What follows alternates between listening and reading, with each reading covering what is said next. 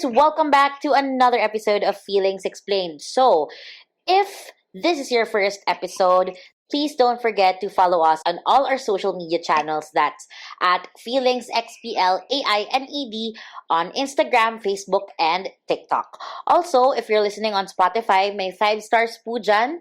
Pakihit na lang po yung 5 stars. Yes, and you can also be a certified feeler today by subscribing to our YouTube channel. We are Feelings Explained, the podcast. And if you want to show your support and love, you can also donate to our tip jar, which is in every description of each episode. And you can also share your own feelings or may kwento man kayo, gusto nyo ng advice, anything you want to share under the sun. We're very much open. Our inbox is always open for all of our feelers. So just email us at feelingsxplained@gmail.com. Amazing. Okay, Gian, what is your small win or shit of the week? Shit of the week. Okay.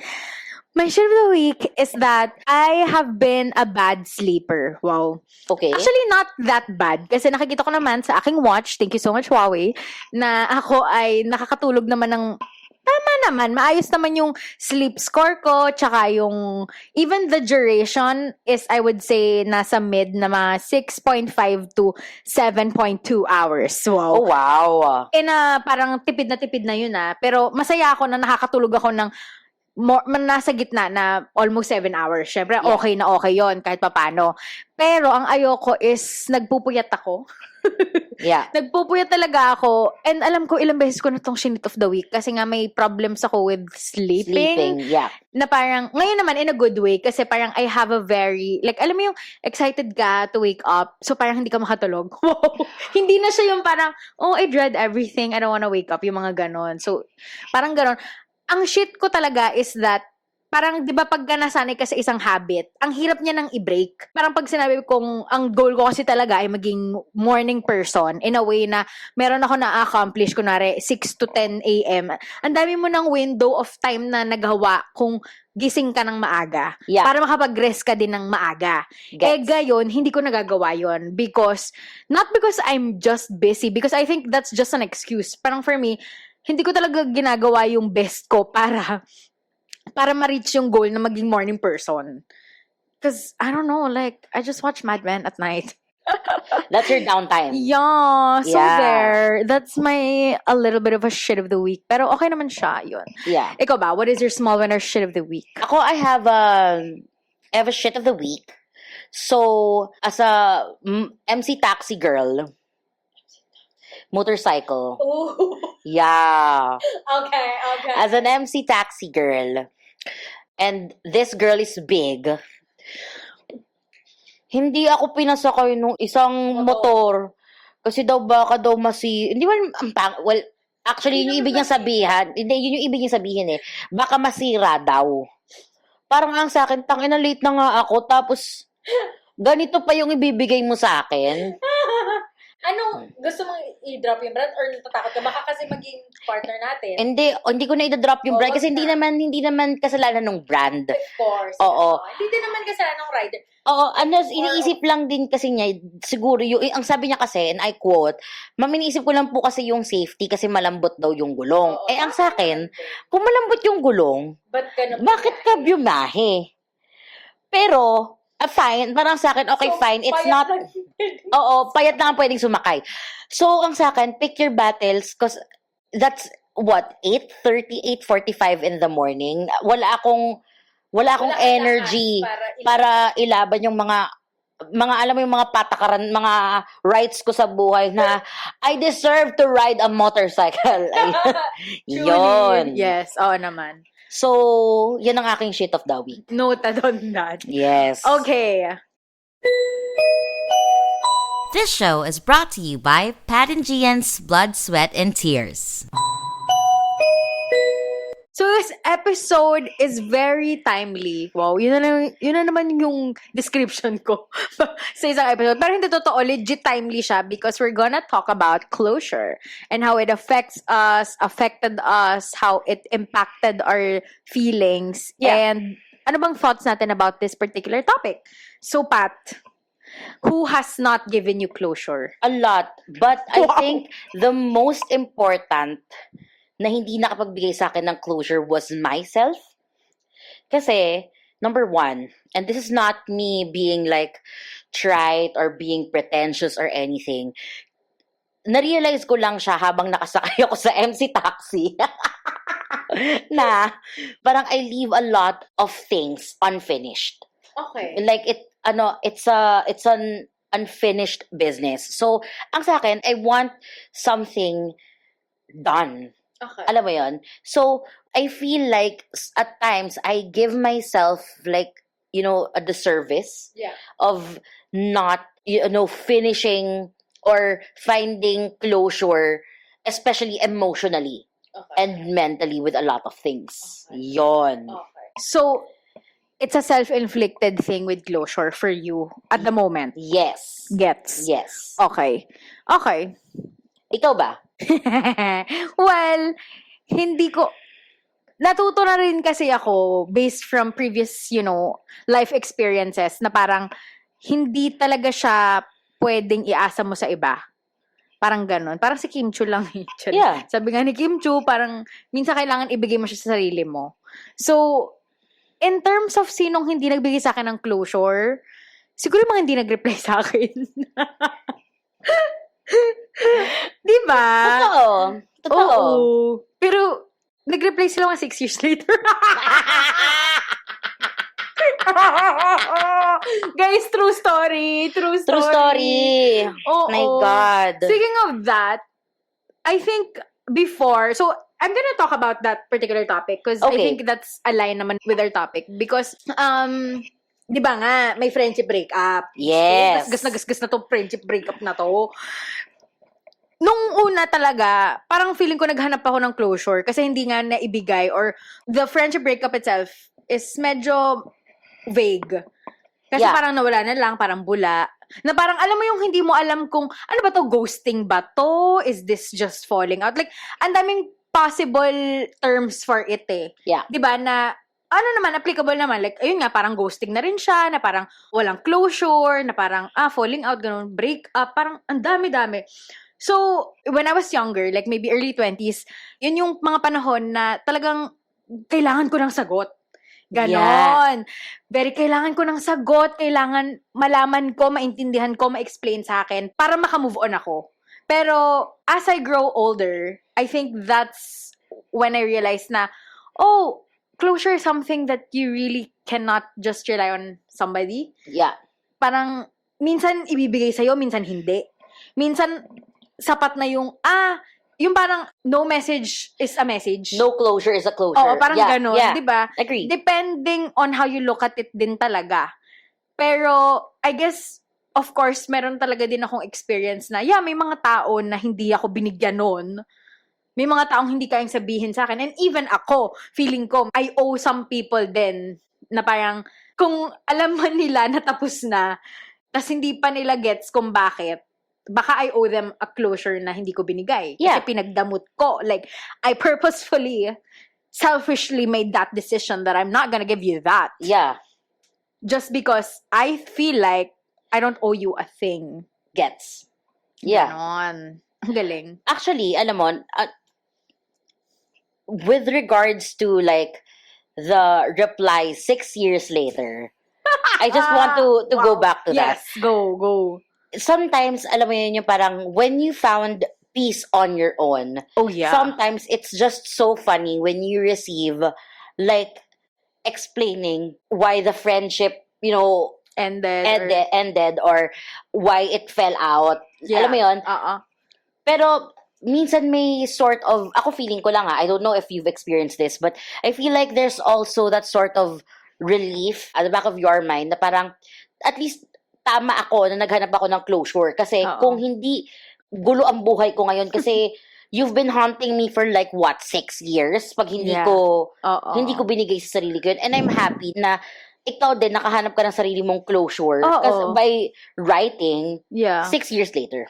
Oo. Tsaka hindi naman, ako naman, whether the response 6 years later is acknowledged or not, or replied to or not, hindi naman natin dinidismiss yung taong nagsulat nun. Yeah. For sure. Ako kasi ako hindi ko na nireplyan. Hindi ko na nireplyan, not because galit pa rin ako, kasi hindi din naman talaga ako galit in the first place. Of course, I was hurt at that time, like years ago. But then, of course, that pain is gone. At alam mo yun, parang, para saan pa? Para masaktan. Parang wala Yeah. na yun, tapos Yeah. na. Okay na yun, okay na talaga siya. It's just that, parang I didn't have the space for quote-unquote reconciliation after not giving closure for that long. Or Yeah. dahil nga sobrang tagal na, parang hindi ko na nga maalala. Ano nga ba talaga yun? Parang, basta alam ko, wala na hindi na tayo friends. Yeah. Wala na tayo isa't isang buhay. Parang, that was a choice you made when you let that shit go or Yeah. something. Bakit sa tingin mo, ipinagdadamot ng mga, hindi naman pinagdadamot kasi feeling ko yung iba may takot lang. Oo. Kung bakit nawawala ng closure yung ibang mga sitwasyon. Ako, I feel like it's, number one, they're scared. Yeah. If you're gonna put yourself in their shoes, like let's say, a breakup, na ginost mo na lang, number one, Yeah. baka mamaya ayaw mo ng confrontation at galit ka lang. Second is that you're just done. Like, you're just done. Yeah. Alam mo yun? Yeah. And I know, I know nagigets I'm mo always done. yung feeling na, you know what, I'm fucking done with you. I'm over it. Oh, I'm Yeah. over it. And yung last, I feel like, is Hindi ka naman sa takot ka. Oo, hindi sa takot ka. Hindi rin sa galit ka or Oo, anything. It's oo. just that You don't care enough. you don't care. You're tired. Yeah. You're Yeah. tired. Na parang, you know what, I'm just waving the Yeah. white flag. Mm-mm. And, Parang, yeah. oh, it's yours. You've won the war. You've won the battle. Yeah. I don't give a fuck about what you think about me. Exactly. Oh my God, I'm always in that spectrum na parang, since I don't really give that much fucks anymore. So parang, hindi mo siya kailangan i-translate sa kahit na anong bagay na parang, tanga mo, hindi mo ako binigyan ng closure or, Yeah. 'di ba? Parang may mga bagay lang na gano'n. And I think, as you reach your, end of your 20s to 30s, parang, dun kasi nagkakaroon ka na ng another awakening. Diba? Yes. Na, you know Yes. what? Why do I have to sweat about this? Parang, Yeah. why? Parang, lumiliit na talaga yung circle mo. Ano talaga siya? Signs of aging siya, guys. Signs of it, totoo. And ako, napansin ko lang din is that as you grow older, you find closure easier.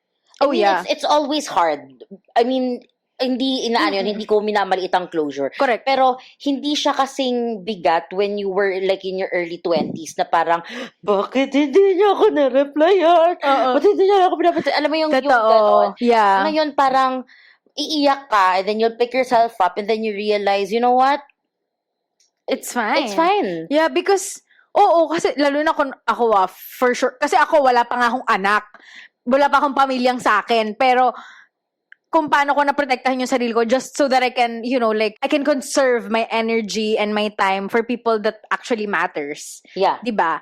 Parang doon mo na lang kasi ibubuhos sa mga taong nagmamatter talaga sa'yo. So, para i-overthink mo pa yung, ay, hindi ko na anhon si Emerald. Parang, hindi na siya importante at this point. I mean, sa age na to, parang ganon. Yeah. Alam mo, may naalala ko. Itong quote na to, parang it was said by Cynthia Erivo's mom. So, for our feelers who don't know who Cynthia Erivo is, she's the alpha ba in the movie Wicked. Movie Wicked, Adaptation. yes. The movie adaptation of Wicked. So, Cynthia posted on Instagram kung ano yung isang quote ng mommy niya. And the quote says, "It's sunny today and I'm happy." When I read that and when I heard that on an interview recently, it's something small about being grateful and it also says something about closure. Mhm. Kasi it's finding something, ako feeling ko lang to ha, it's finding something small that you're grateful for. Yeah. And that turns, but I feel like that's the first step to closure. What do you think about that? Okay. Pwede. Not exact. I don't know if it's closure. Tama. Finding something small and being that your closure. Like finding something small and being grateful about it. Okay. And then somewhere along the way, it will turn into closure. Okay. Like I think that's the first step. Gets. Like being grateful is. Yeah. Parang appreciating the mundane. Yeah. Diba? The simple things, the little things. And then, that would be enough for you. Parang ganon. Yeah, do you agree with... I do agree with that. I just don't know if it's closure exactly. Okay. Pero parang, gets ko na, kung hindi, pero gets, parang pwede mo nga siyang i-apply, not exactly that example, but more of like, kung ito na yung cards na nilatag, I can deal with it, take it, and Yeah. let it rest. Yes, Parang ganon. Parang, yes. it doesn't have to be a grand gesture of like, oh my God, this person made the PowerPoint to say na, ito yung mga closure, ito yung mga reason, Gets. Gets. Yeah, gets. Parang finding the mundane. Yeah.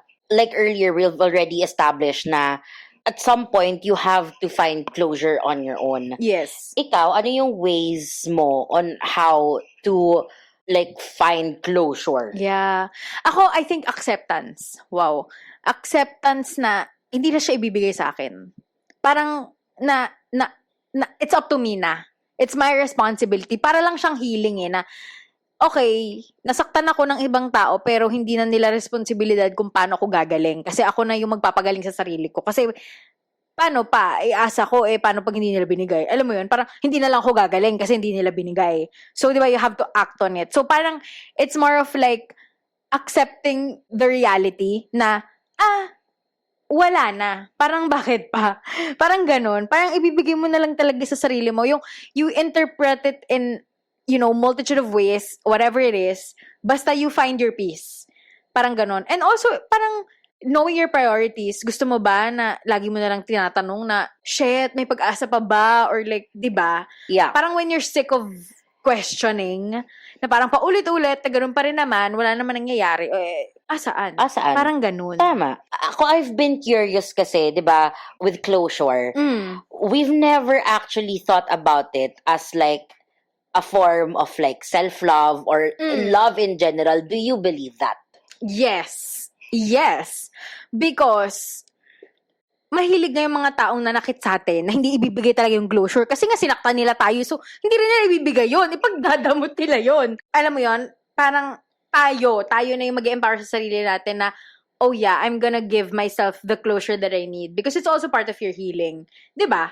Yeah. Parang loop siya na parang, love, closure, healing. Kumbaga, it all comes together and you're a better person after it. Hopefully, you are a better person after, learning from that experience.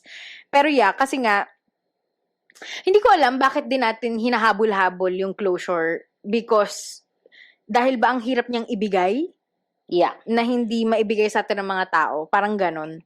So yes, definitely I believe na part siya ng self-love and your healing journey. If walang magbibigay sa'yo nun, kailangan ikaw na. Kaya siya self-love. Oo, ikaw na. Yeah.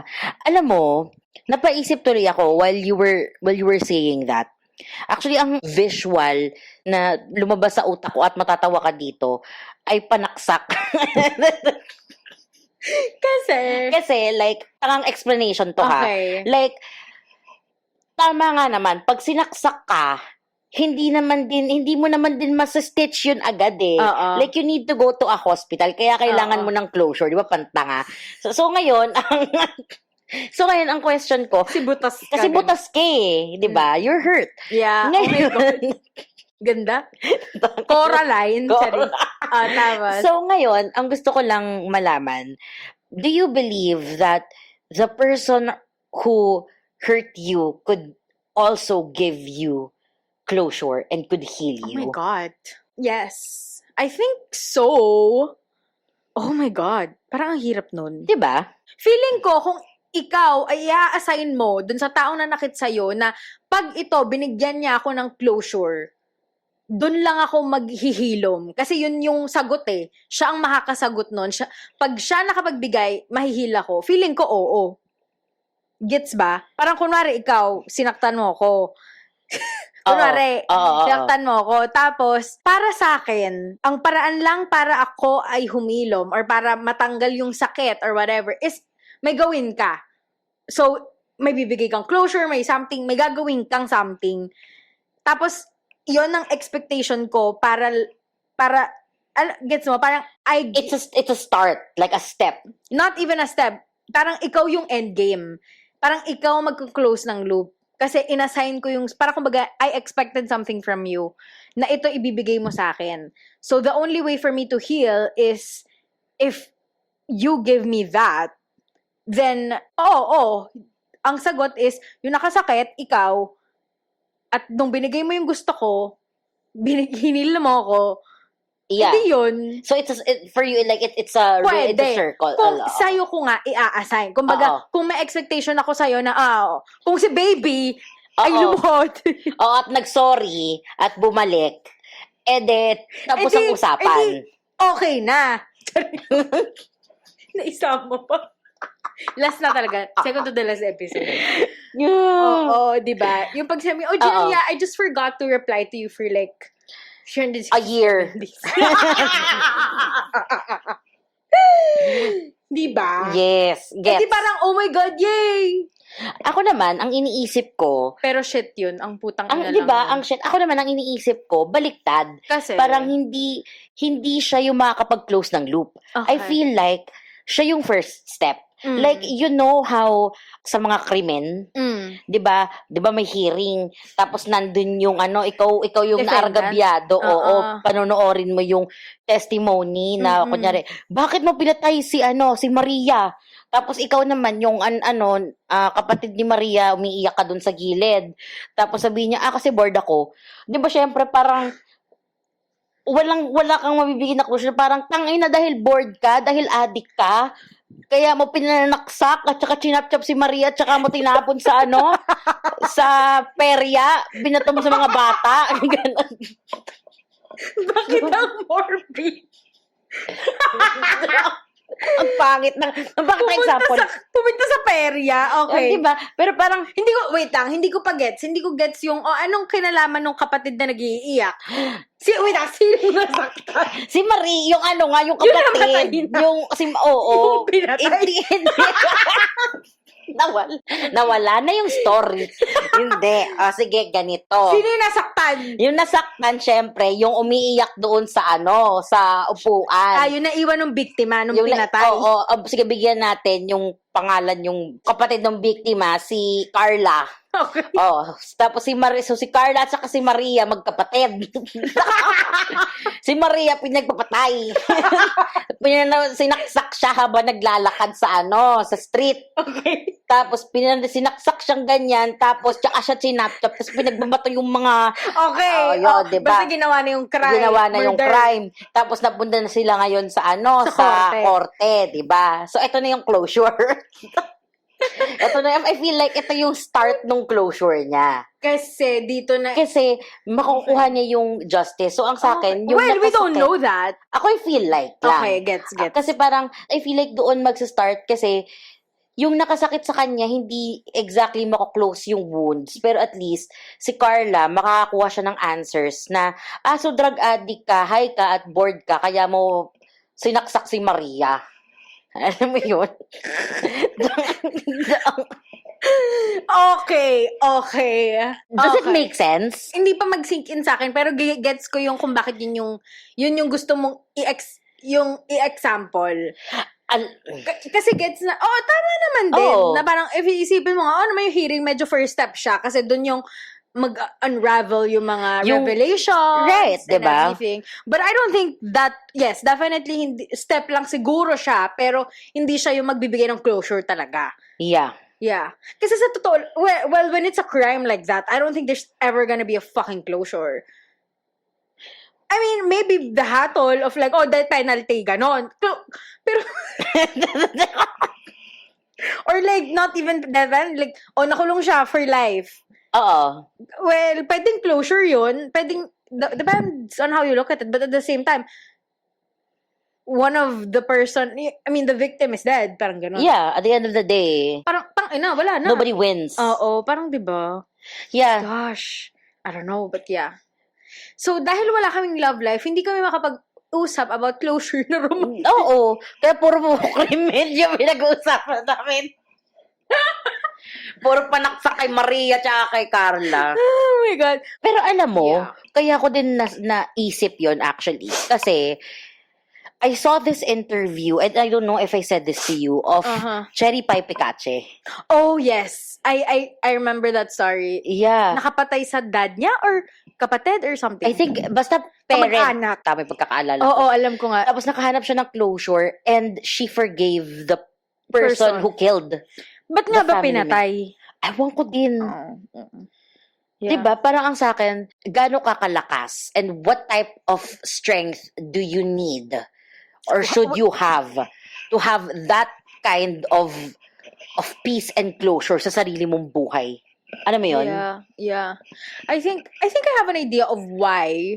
Kasi parang it would be so exhausting to live if punong-puno ka ng galit and resentment. Like that will kill you. Like that will kill you. Because I know somebody like that. Di ko na lang muna siya i-name drop and then in future na lang siguro na parang ba't galit na galit ka sa buhay mo? Parang ganun. Gets? Yeah. Yeah. Na parang anong gagawin? Charing. Yeah. Diba? So, feeling ko yun siya. Parang realizing na, well, I have a choice na it's to be miserable forever by parang carrying or nurturing this galit versus, patawarin na lang kita. Hindi lang for the sake of patawarin, pero kumbaga, tanggapin na ito na yun eh. Wala na akong magagawa. I can't reverse shit. Now I understand. Oh. Closure is not the end game. Peace is the end game. Yeah. Diba? Para matahimik ka sa lahat ng nangyayari, regardless of like a heartbreak, a friendship breakup, a crime committed to you. Yeah. Diba? Yeah. Totoo. It's peace. It's peace. Or even as simple as like a broken trust. Yeah. Diba? Yeah. Totoo. You don't feel safe. Totoo. My Ako, gosh. I think if you wanna find closure, like, if example, hindi nga ibigay sa'yo, you gotta be creative and like thinking or changing your perspective or your lens na parang, okay, baka ganito, ganyan. I mean, except sa fact na kung may patayan ng involved, iba na yun. Oo. Wala na tayong gagawa. Totoo. Iba yun.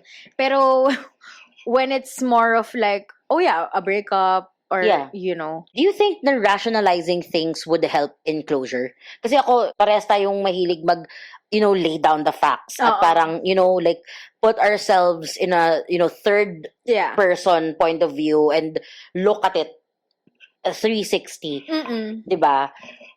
Would you think that would help a lot in, like, getting closure? I think so. Because, I believe, and shinare lang dito ng isa kong mature friend na parang sabi niya, information is power. Kasi the more that you have knowledge or parang informed ka, you can decide on how to deal with a certain situation. Kung closure man yan or, diba, business, whatever. Parang, you use that to your advantage. Ganun. Yeah. Yeah.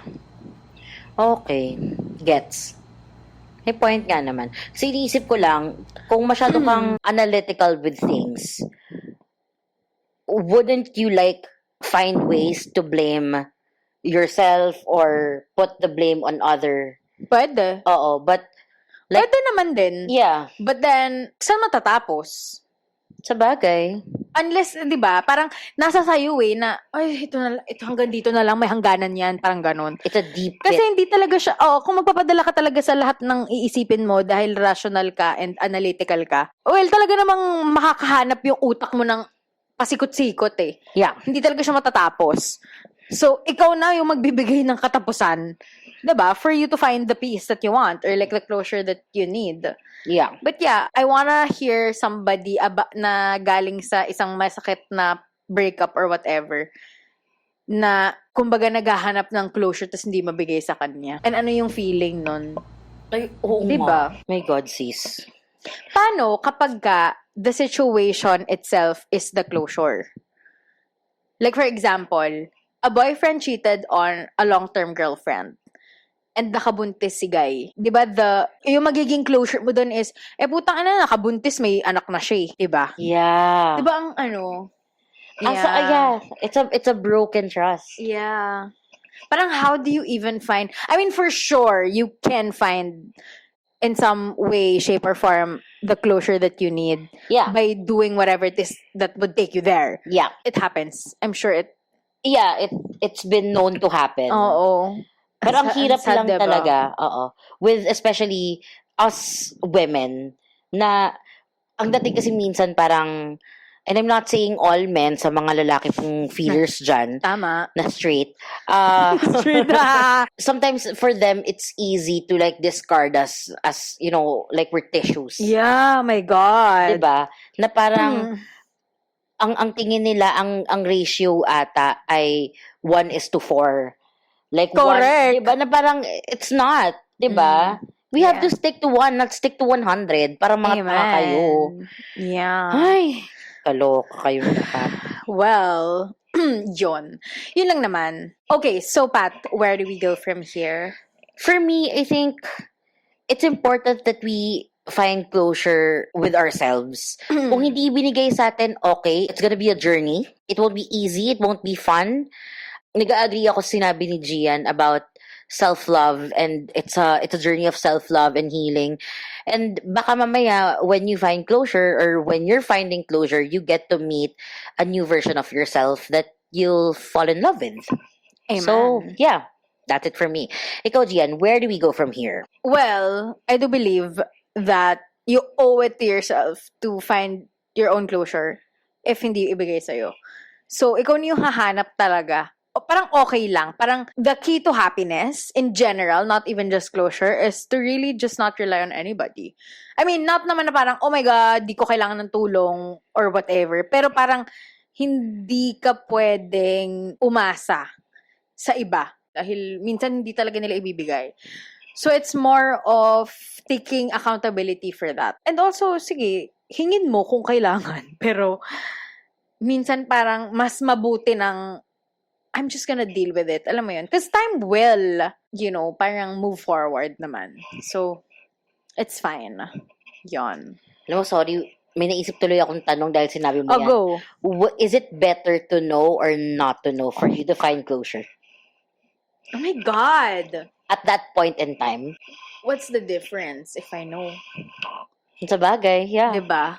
Yeah. Parang not know na lang. Ako, ang inisip ko ngayon naman din, if you know, now you know the truth. Yeah. But then, parang kung ibibigay mo siya ng late, putang ina, ano pang, Gets. doon lang ako humuhugot from Oo. that experience Oo. na, ang tagal nagbigay ka naman, pero, dekada?